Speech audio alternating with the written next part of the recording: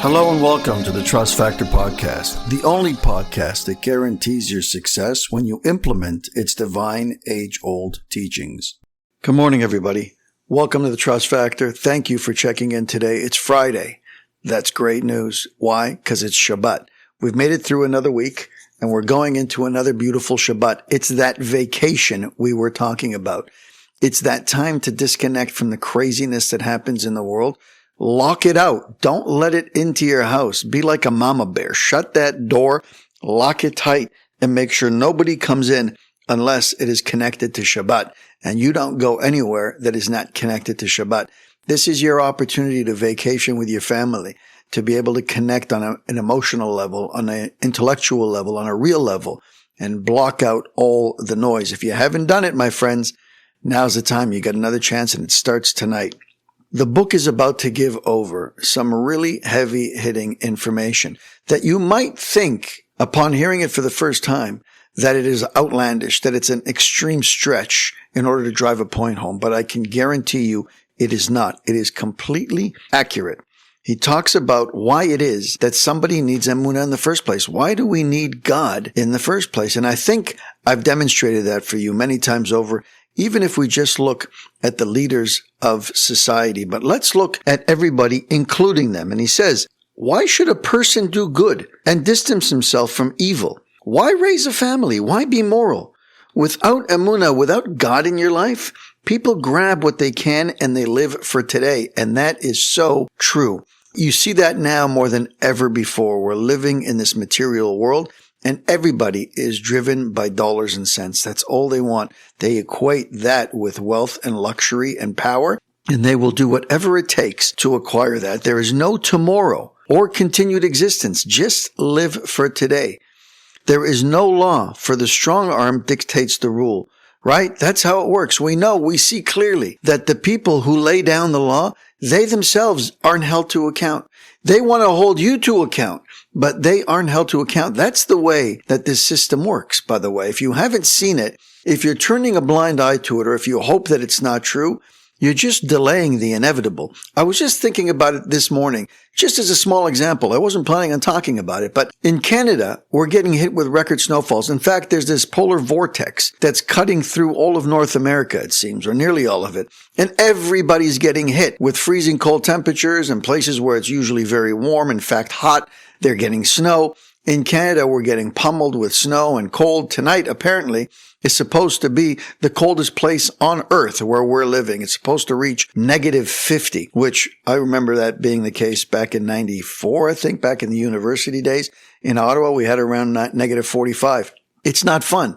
We shoveled record snowfalls. And as soon as you're done shoveling and breaking your back and freezing into a block of ice, no sooner does the tractor come through from the city and takes all the snow that was on the sidewalk and piles it up in front of your driveway in two nice piles of 1.5 feet tall that you now have to go and clean. And as soon as you're done that, the guy on the street comes through with his big truck and he lays about 3 or 4 feet in front of your driveway, which effectively blocks you in.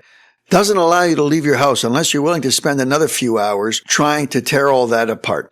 Why do I bring that up? Because for them to take all of that and dump it on your property, and if God forbid your wife is pregnant or you need to leave the house and in a case of an emergency, you cannot, it's perfectly legitimate. But for us, if I were to take the snow that's on my driveway and shovel it onto the street, I'd get fined.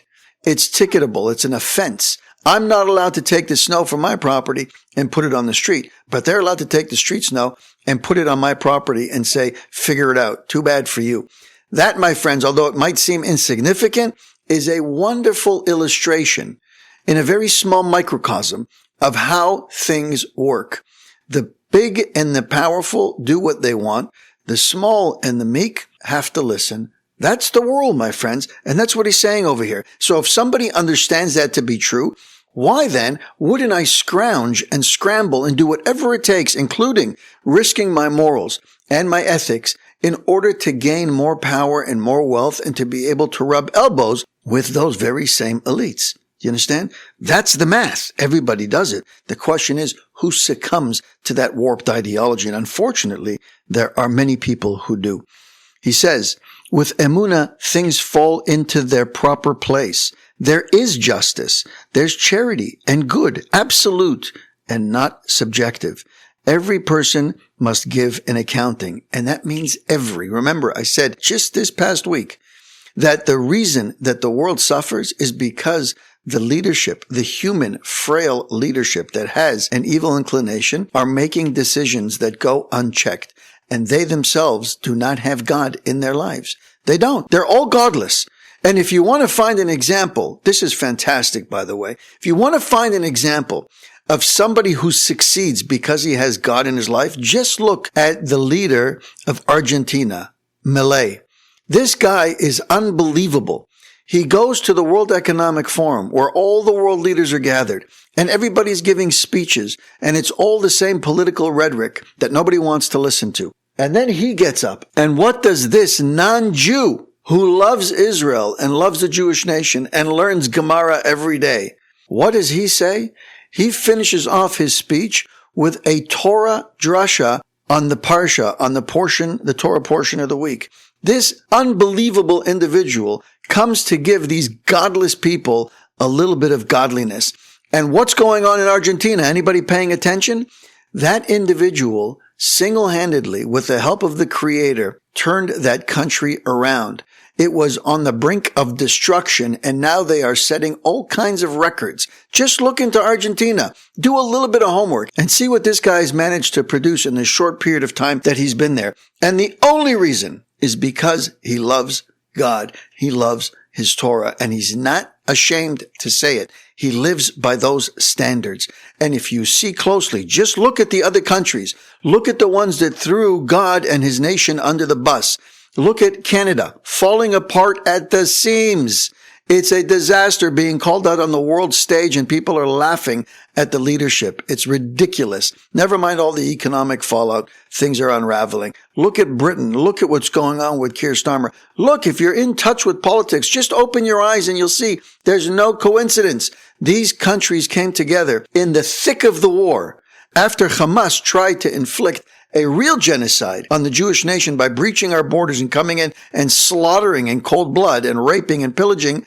These leaders came out united and said that they will get behind a Palestinian state. Who even brings that up when the blood hasn't dried yet, when they haven't cleaned up from the travesty that was? It's still fresh. And these three got together and attacked Israel and supported their mortal enemies. And look at what's happening. You think it's coincidence, guys? There's no such thing. Every individual does as he pleases, usually governed by the lust and bodily appetites that dictate our actions. We're driven by our lust and our body. Like I said before, the neshama, the godly part of us, the spiritual part of us, is quiet. It's unassuming, but it needs to be fed. You need to give attention to it, because if you don't, it will manifest in very, very bad ways. And that's what we're seeing. How do you feed it? You give it the godliness that it comes from. It needs to connect back to its source. The body is physical in nature. It needs to connect back to its source, and therefore we need to eat food. Where does food come from? The ground. We need to eat the food from the ground to sustain our physical bodies. That's the source of our physical bodies. We come from the physical. We come from the ground. Our soul comes from the eternal. It comes from the infinite. So if you want to satiate your soul, there's only one way to do it, and that is by giving it spiritual food, by giving it Torah, by doing the mitzvahs. That is what feeds your neshama. But if you don't feed it, God forbid, then it manifests terribly. Many tyrants and oppressors have risen in the name of truth and justice. He says Robin Hood, who robbed from the rich to give to the poor, became an inspirational folk hero. Murderers and terrorists have become icons who people look up to. You see what's going on in social media right now? Anybody who watches what's going on in social media with these ultra, quote-unquote, right-wing influencers, which they're not. They're just a bunch of losers trying to do whatever it takes to create controversial content that'll get people to click in and listen to them. That's all this is for. Make no mistake. I can guarantee you most of them don't even subscribe 1% to these ideologies, but they know that if you want to become famous overnight, then you'll do the SS salute and you'll play songs that are very controversial. So that's what they do because it gets them attention. And that's exactly what it does. It says murderers and terrorists have become icons who people look up to. Do you know how many people with half a brain or no brain look up to these individuals? Way too many. If Emunah were prevalent, this would not be the case. People would recognize a sole ruler and an absolute set of morals, that of the Creator. He would decide who is rich and who is poor, and no one would have the right to take the law into their own hands. We don't do that. We want to dictate who is rich and poor. We want to dictate who is healthy and who is ill. We want to dictate who is powerful and who is weak. And that's why, my friends, we end up suffering. There cannot be two kings in one kingdom. There is only room for God to run the world. We all have to recognize that when we do, the world becomes a paradise. My friends, it's Shabbat. Wishing you an amazing, meaningful, powerful Shabbat. Enjoy it. Soak it up. Take it to another level. If you've been doing Shabbat, don't do it by rote anymore, because that's also a risk that you just do it by rote. Stop. Change it up. Find another way to honor Shabbat. Find another tradition. Find another activity to be able to change it up so that it makes you present. Because remember what we've said many times. That's the key. The key, the whole idea behind Shabbat is that you're present. You're not in Australia. You're not in London. You're not in China. You're where you are with your family, with your friends, with your community. Be there. Be all there, all in 100%. And you will have a Shabbat that is more meaningful than ever before. Have an amazing one. My friends will speak on Sunday. Thank you for spending time with us on the Trust Factor podcast. If you've heard something today that moved you, save this episode and share it with someone who might need to hear it. Be sure to subscribe so you don't miss upcoming conversations that challenge, empower, and uplift. And if you're on social media, connect with us. Leave your thoughts. Drop a quote that resonated with you. Hashtag the Trust Factor podcast. Until next time, keep growing in your trust and keep living with purpose. I'm Jesse Revivo, and this has been the Trust Factor podcast. Thanks for listening.